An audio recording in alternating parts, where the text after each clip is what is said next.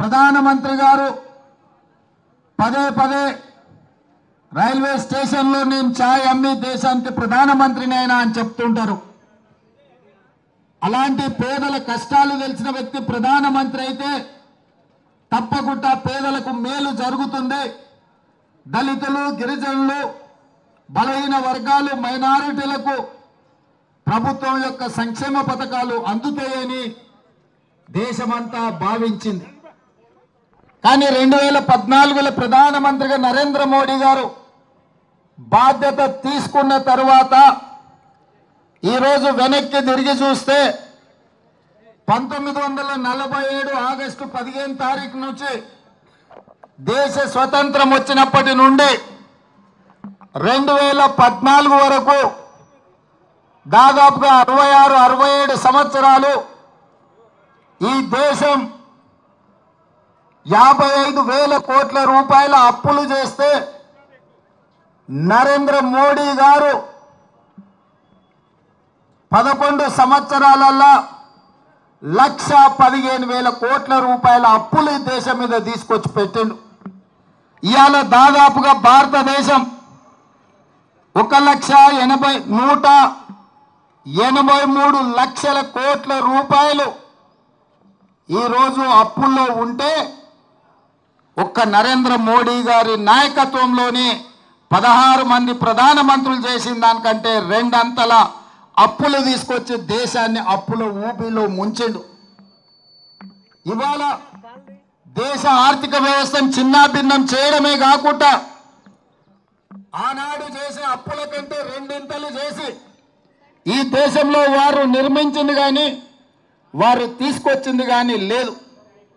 ఆనాడు పండిత్ జవహర్లాల్ నెహ్రూ గారు education and irrigation is our priority అని వారి దేశంలో ఉన్న యూనివర్సిటీలన్నిటినీ సెంట్రల్ యూనివర్సిటీ నుంచి మొదలు పెడితే ఈ దేశంలో ఉన్న పేదలు చదువుకునే అన్ని యూనివర్సిటీలను ఆనాడు పండిత్ జవహర్లాల్ నెహ్రూ గారే మొదలుపెట్టిండ్రు. అదేవిధంగా ఈ దేశంలో కరువును పారదోలాలి అంటే సాగునీటి ప్రాజెక్టులను నిర్మించాలి అని బాక్రానంగల్ నుంచి నాగార్జున సాగర్ వరకు, శ్రీశైలం నుంచి శ్రీరామ్ సాగర్ వరకు పండిత్ జవహర్లాల్ నెహ్రూ గారు సాగునీటి ప్రాజెక్టులను తీసుకొచ్చిన ఒక దార్శనిక ప్రధానమంత్రి పండిత్ జవహర్లాల్ నెహ్రూ గారు. ఆ తర్వాత శ్రీమంతులకే అందుబాటులో ఉన్న బ్యాంకులను భూస్వాముల దగ్గర, జామీందారుల దగ్గర, జాగీర్దారుల దగ్గర వేలాది లక్షలాది ఎకరాల భూములను, బ్యాంకులను జాతీయకరణ చేసి పేద ప్రజలకు బ్యాంకులను అందుబాటులోకి తీసుకొచ్చి పేదలకు అప్పులు ఇచ్చే విధంగా బ్యాంకులను తీర్చిదిద్దిన నాయకురాలు ఇందిరా గాంధీ గారు.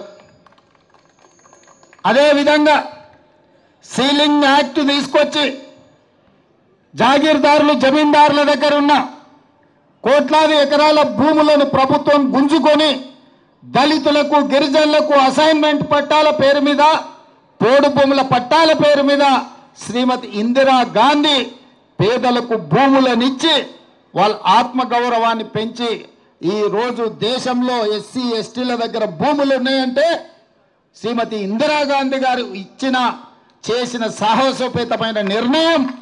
ఈరోజు పేదల దగ్గర భూములు ఉన్నాయి. అదేవిధంగా మన ప్రధానమంత్రి రాజీవ్ గాంధీ గారు ఉన్నప్పుడు ఆనాడు ఇండస్ట్రియల్ రెవల్యూషన్ రావాల్సిన సందర్భంలో ఇండస్ట్రియల్ రెవల్యూషన్ రాలేదు. ఈ దేశంలో పరిశ్రమలు ఆశించిన మేరకు నెలకొల్పలేదు. ఇప్పుడు సాంకేతిక యుగం మారింది. 21వ శతాబ్దంలోకి మనం వెళ్తున్నాం కాబట్టి ఆనాడు కొంత ఇండస్ట్రియల్ విప్లవంలో వెనుకబడ్డాం. ఈరోజు కంప్యూటర్ విప్లవం, కంప్యూటర్ రెవల్యూషన్ రావాలి దేశంలో అని చెప్పి ఈ దేశానికి కంప్యూటర్ని పరిచయం చేసి సాంకేతిక నిపుణులనిచ్చి ఇవాళ టెలికాం వ్యవస్థను అభివృద్ధి పదం వైపు నడిపించి ఇవాళ ఈ దేశం ప్రపంచంతో పోటీ పడుతుంది. అమెరికాలో సిలికాన్ వ్యాలీ మన చేతుల్లో ఉంది అని అంటే శ్రీ రాజీవ్ గాంధీ గారు తీసుకొచ్చిన సాంకేతిక విప్లవం అన్న సంగతి ఈరోజు మనం చర్చించుకోవాలి. అదేవిధంగా స్థానిక సంస్థలలో ఈరోజు ఇక్కడనే మా మేయర్ గారు ఉన్నారు, చాలామంది ప్రజాప్రతినిధులు ఉన్నారు. ఇక్కడ మహిళల చేతిలో అధికారం ఉన్నప్పుడే, పరిపాలన ఉన్నప్పుడే పాలన బాగుపడుతుంది, ప్రజాస్వామ్యం మనుగడ సాధిస్తుందని మహిళా రిజర్వేషన్లని దేశంలో మొట్టమొదటి స్థానిక సంస్థలలో ప్రవేశపెట్టి రాజీవ్ గాంధీ గారు పునాదులు వేసిండ్రు. కాబట్టి ఈరోజు వారి ఆలోచన విధానం ఈ దేశంలో చట్టసభలలో కూడా మహిళా రిజర్వేషన్లు ఇవ్వడానికి పునాదులు వేసిందన్న సంగతి ఈరోజు మనం చర్చించుకోవాలి. అదేవిధంగా పివి నరసింహారావు గారు సరళీకృత విధానాలు తీసుకొచ్చి ఆర్థిక